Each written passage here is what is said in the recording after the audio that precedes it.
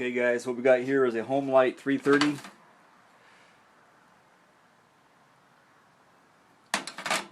And the air intake boot is disintegrated. Here's a new one. It's pliable. And the old one was completely split, and it's very hard. It's probably going to break apart as I push it out.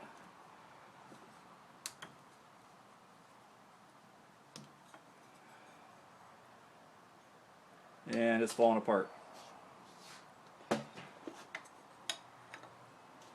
It's attached to the base with 2 screws.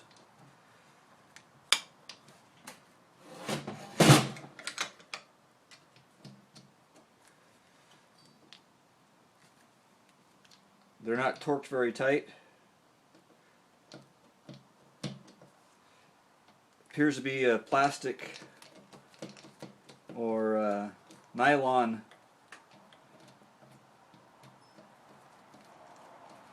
retainer for the rubber boot. Probably for differences in heat by the cylinder.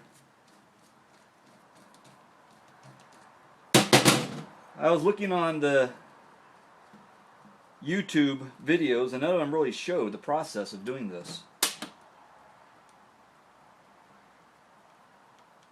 I think it's important you guys know what you're getting into before you actually get in there. There's the reeds for the fuel intake.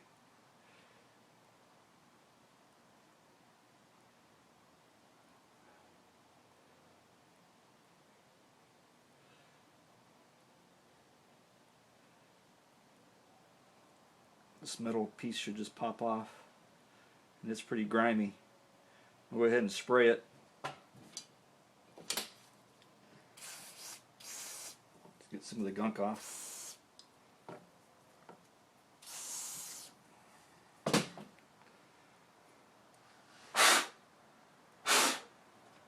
I am wearing safety glasses, guys. There we go. Okay. There's the old boot. What's left of it. Put the new one on. Same size. Cost $6 on eBay. Pretty good deal.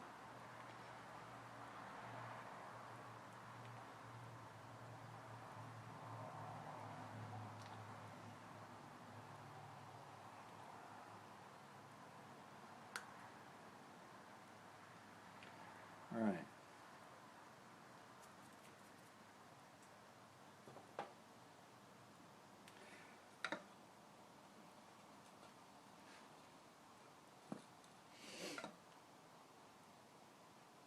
The intake reeds are on both sides.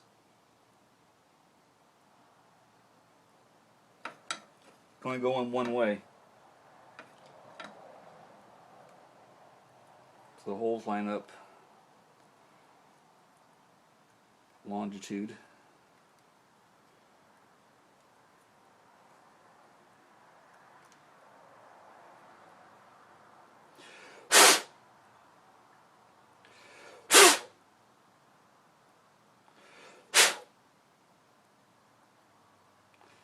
I'm going to rinse it off one more time, just because I'm picky about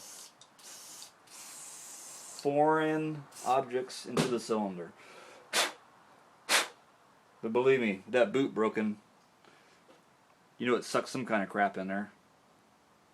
Whatever kind of sawdust was laying around, probably just sucked it right in. Carefully wipe this back.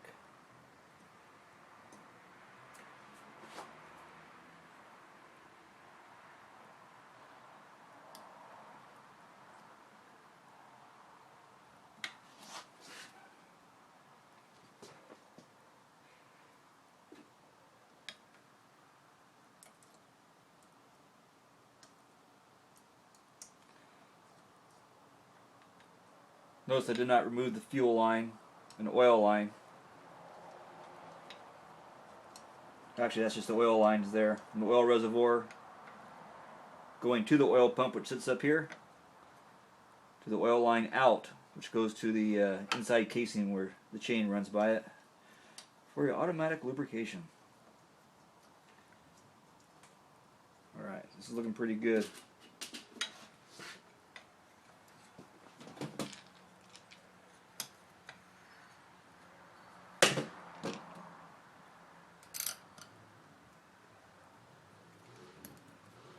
The fuel lines and oil lines, they're still pliable, so I'm not going to change them. They're not hard and brittle like I was expecting that they would be. Otherwise, I'd change those babies as long as you're in here.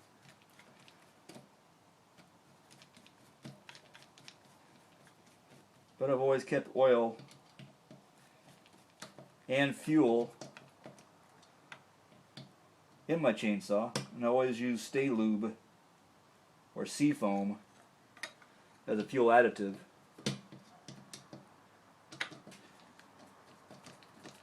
Sometimes it sits for 2 years and starts right up.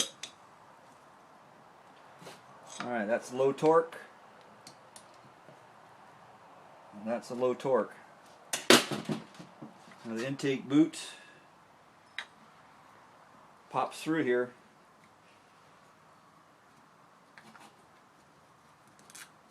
Because it's pliable.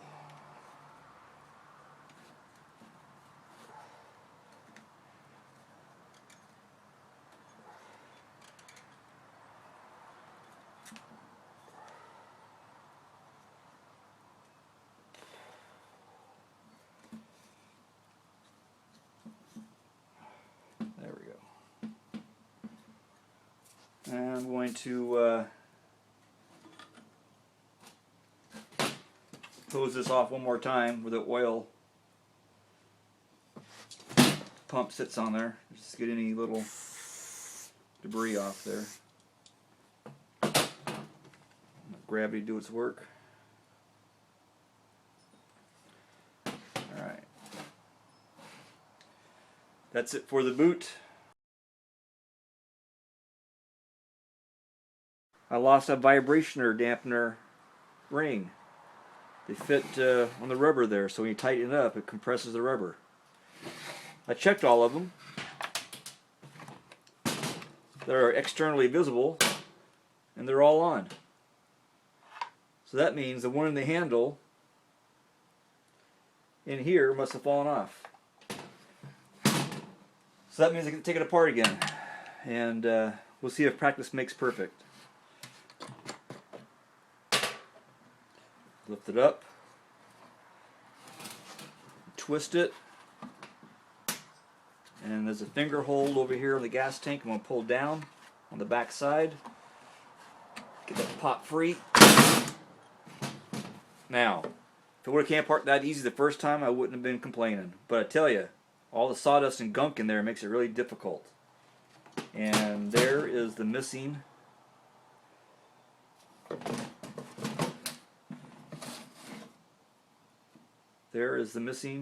compression ring for the vibration handle.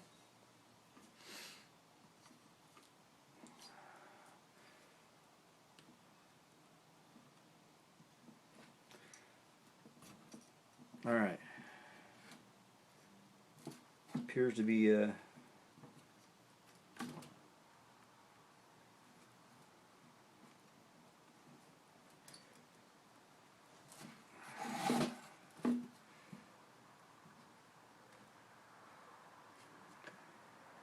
on. Slide the little metal piece back in.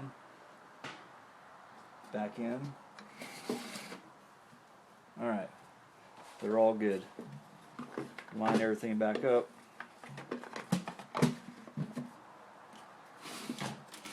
And wire free here. Oil pump back up here and let it hang on top of the air filter. Okay.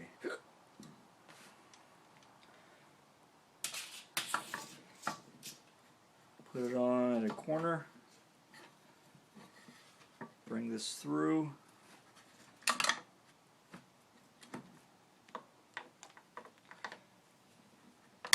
Bring it around.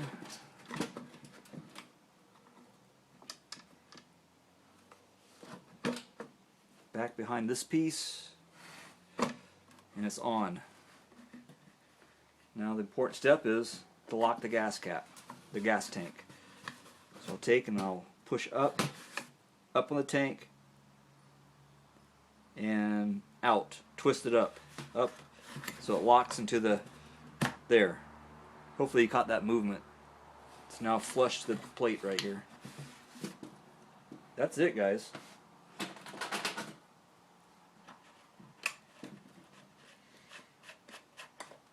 Put that on, keep the dirt out.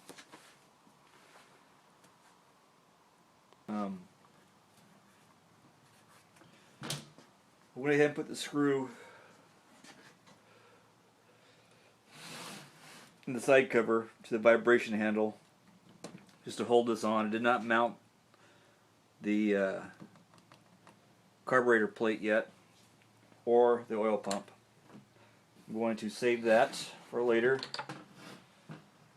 Go ahead and install the side cover, and spark plug goes on first. Slide it forward, up, and it's a bit of a tight fit on that fuel tank. There's no vibration in there, everything's real snug.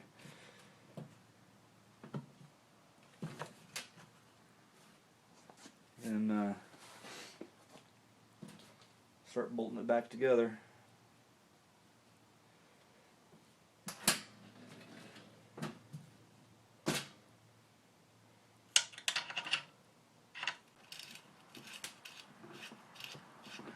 Okay.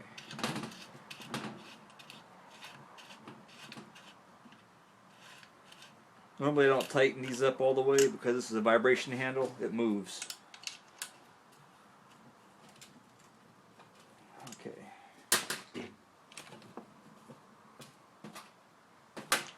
5/16.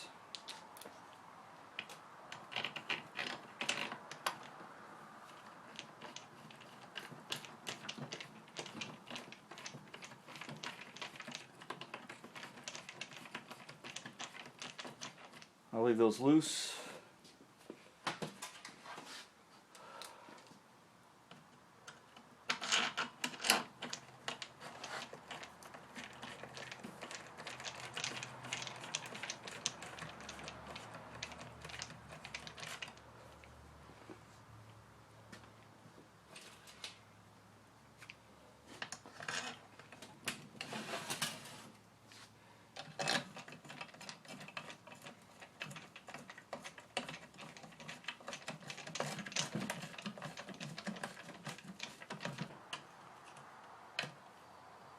Apparently I was going at an angle and missing the hole. There you go.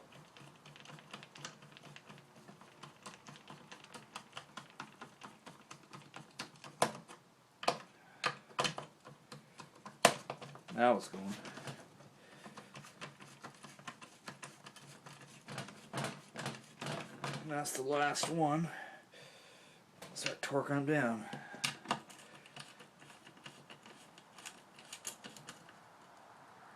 2,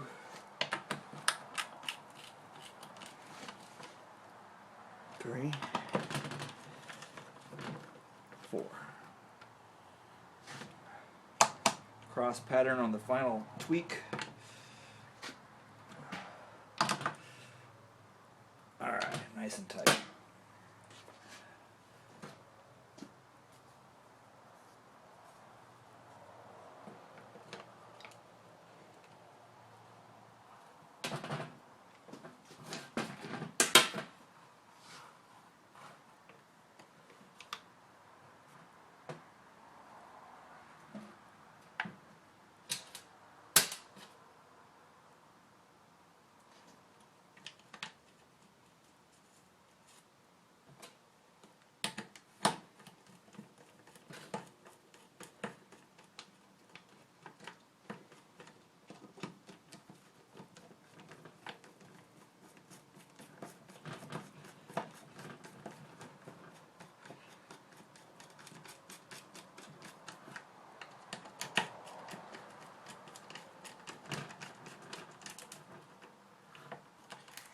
Okay, now I need one for right here.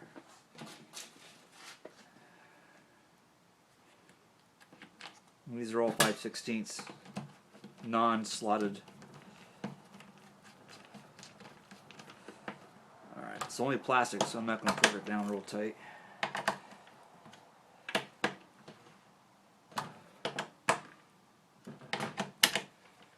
Okay.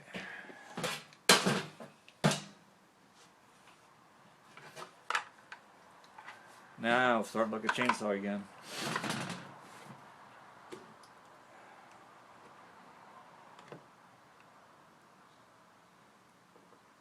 I'm going to spray off the base of the oil pump. I'm using some freeze off. It's just a spray. I use W40, whatever you can find. And check one more time with the vent for the oil. Piece of plastic tubing. I'm going to put it over the oil hole, which is right here, because I tested it earlier, so I want to make sure it's still clear. And it's good.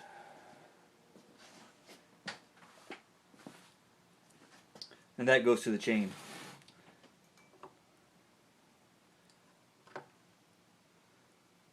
Now the base pattern of the holes.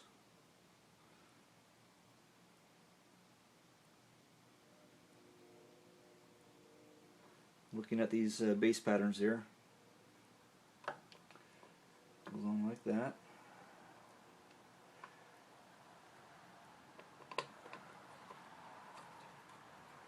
These are slotted.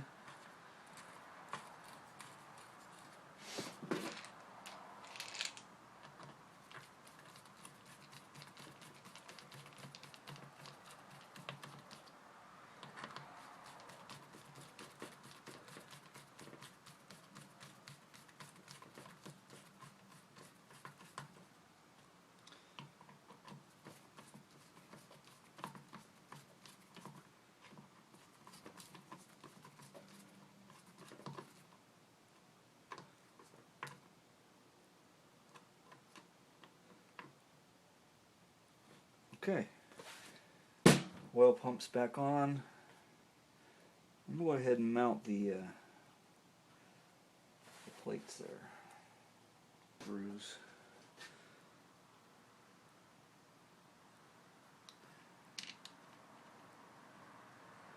And there. One underneath the oil line.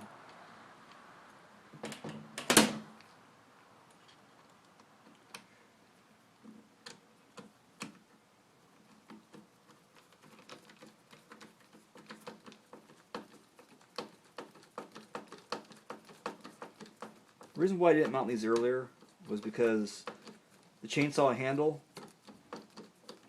was pretty wobbly with just one screw in it. I didn't want to stress that boot out, having too much movement. Now that all the vibration handles are tight on the base cover and it's all locked together,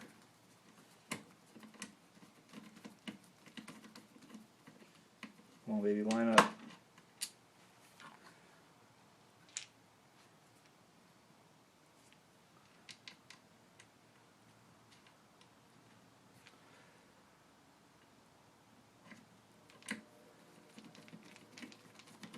Ah, there we go.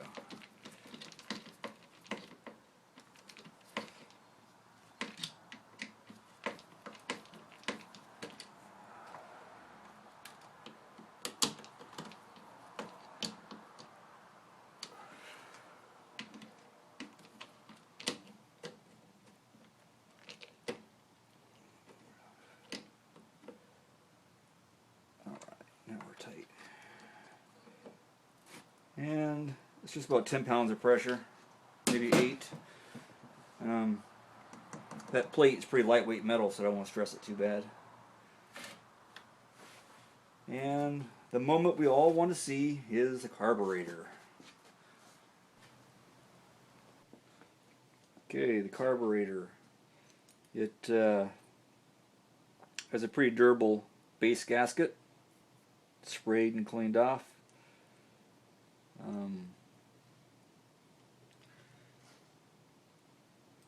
Got to drop it in and get the linkage on.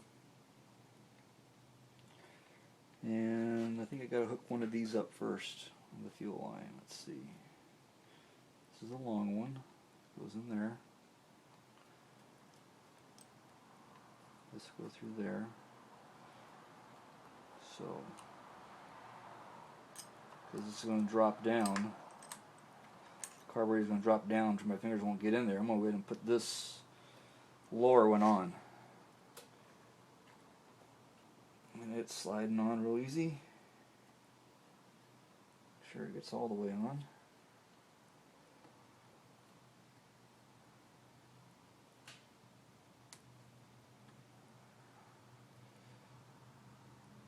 There, it's all the way on.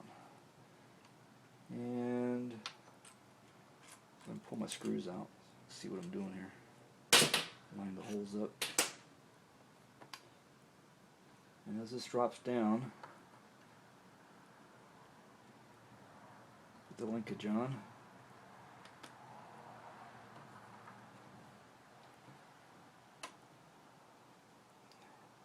You can see it's tilted. Get the hook on. There we go. There, drop down. Feed the gasket nice and evenly. You get a flashlight, make sure everything looks good.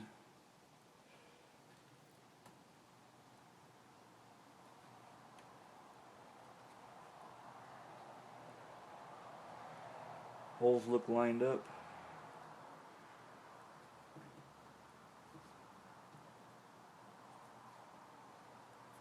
All right. Carburetor sitting on the new intake boot.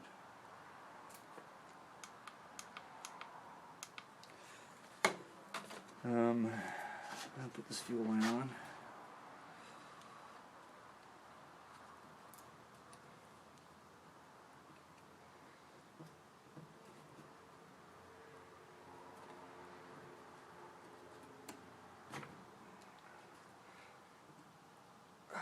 Okay, it's on all the way.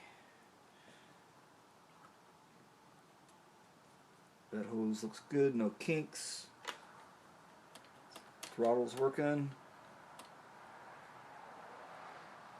Put the choke plate on. There's a spring washer on here. Just in case things fall apart on you, you'll know. And there's a little hat that goes down so that it's clearance for it to slide under it when it's mounted.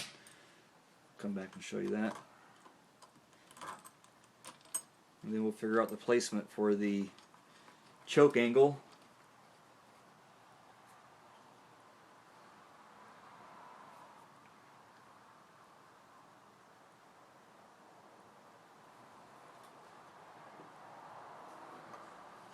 There we go. Okay.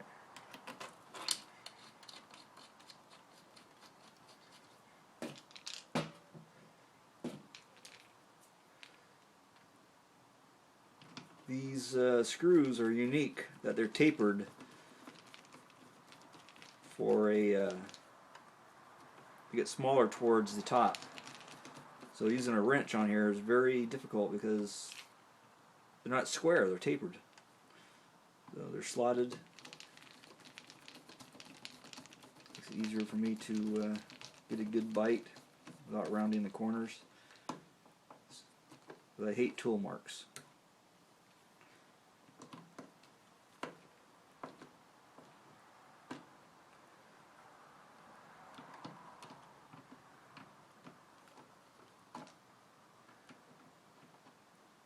Remember, the plate that I'm screwing into is lightweight alloy.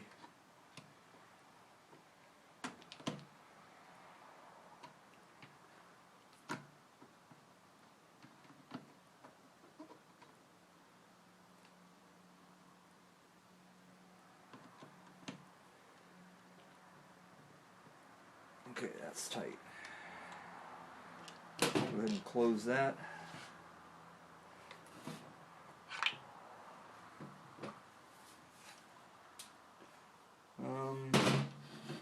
Pull cover back on.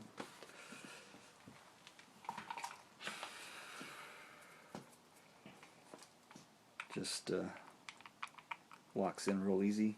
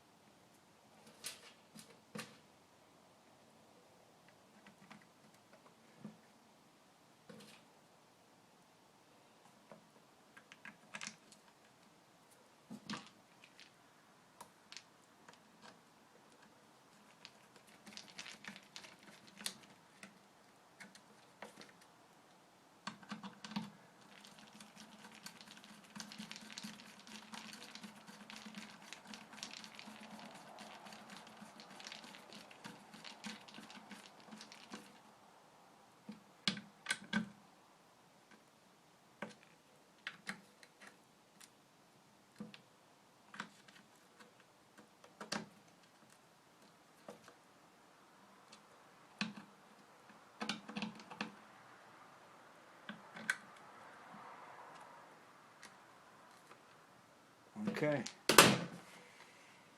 I think that's it for tonight. I'll put the rest of it together tomorrow. Okay, I've now assembled the chain assembly and adjusted the chain tension. Got the side covers back on. All the easy work. I wanted to stop here and show you that the gasket for the air filter was foam and it was all falling apart. So it has some flat rubber lining. It's about maybe a 1/16 of an inch, maybe a little less. But it's definitely heavy duty, like a truck tire rubber. It's actually a roofing membrane that we use for our pond. It's a rubber, it's not PVC. I just cut it out the shape, pushed it onto these little pegs here, cut an opening for the intake, which is this assembly here, and cut it to size so that it fits on the outside of the gasket seal on the hard plastic. So there's about a 1/4 inch overlap around the perimeter, except on the base. That's a tight fit right here. So the choke, I have that closed. Put the choke assembly to close on the cover.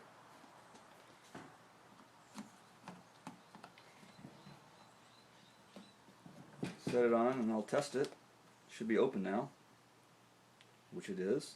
It's open. I prefer to keep it closed to keep any foreign objects out while I'm handling the saw.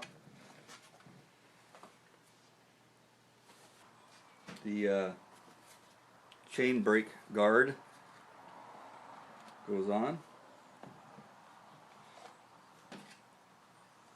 And the flathead screws.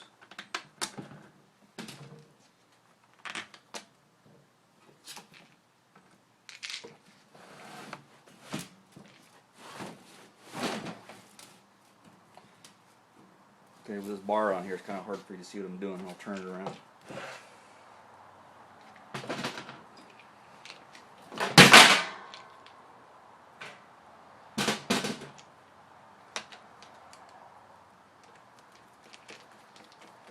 So all this work was done on top of a 55-gallon barrel drum as a work surface.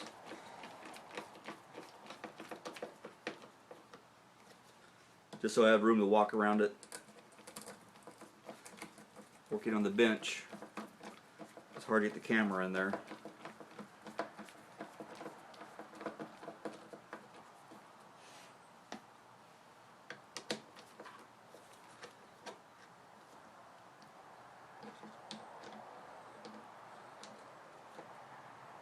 and about 10 pounds of pressure.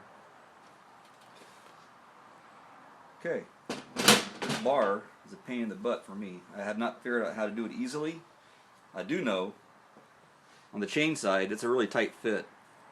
The surface is painted and it's just a tight fit. I've never done this before in front of the camera. Every time I struggle with it, it's a pain in the butt. It looks like I might be able to push it down to there. Ah, that's the secret. The lower you push it, the easier it gets onto here. And I suppose if that chain guard was off, it would drop down even lower. Okay. Now I get my holes to line up.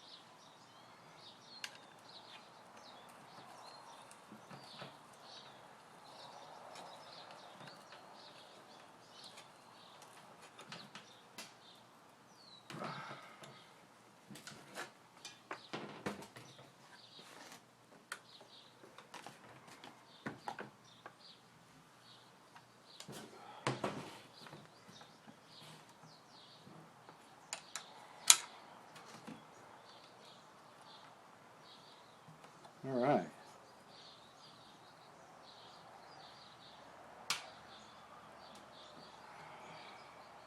I'll put some gas in it and fire this baby up.